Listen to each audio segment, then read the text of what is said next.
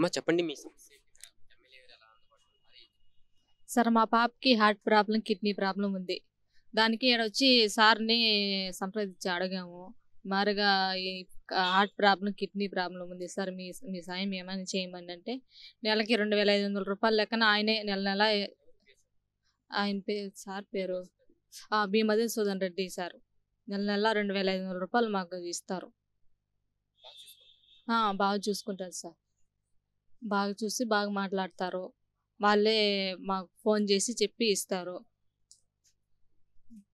ఈసారి ఆయనే గెలుస్తారమ్మా. మీరు ఆ ఓటు అందరూ ఆయనకే వేస్తారు. హ్మ్.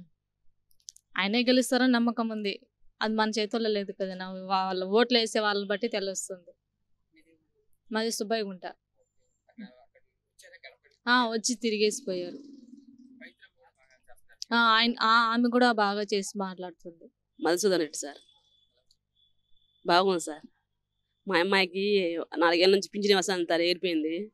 మా మా ఇంటికి వాచ్మెన్కి పని చేస్తాడు, కూలి పని మారిగా. అందుకని పింఛన్ ఎగరగొడ అయినారు. ఆ అమ్మాయి అప్పటి నుంచి మధుసూదన్ రెడ్డి సారు ఎంతో సహాయం చేస్తున్నాడు సార్. ఎంత సహాయం చేస్తున్నాడు, ఇంకోటి సహాయం చేస్తాడు. ఆయనే గెలుస్తాడు. అంటే ముందు ఏం చేశారు? ఎవరైనా సాయం టీడీపీ ఎవరు లేదు సార్. ఈయన ఇస్తారా? ఈసారే సార్ మాకు ఇది వచ్చినాకనే సార్ అమ్మాయికి పింఛన్ ఏరిపోయింది. దగ్గర ముందు వస్తాను సార్. ఇప్పుడు 5.5 సంవత్సరంగా ఏరిపోయింది సార్. మళ్ళీ ఎవరు గెలుస్తారండి? మరి గెలిస్తే గెలుస్తారు. సారే గెలుస్తాడు సార్. సార్కే ఓటు వేస్తాడు. ఎప్పుడు నేను సార్కే వేస్తాను సార్ ఓటు. ఆ సారే గెలుస్తాడు నమ్మకం నాకు ఉన్నారు సార్.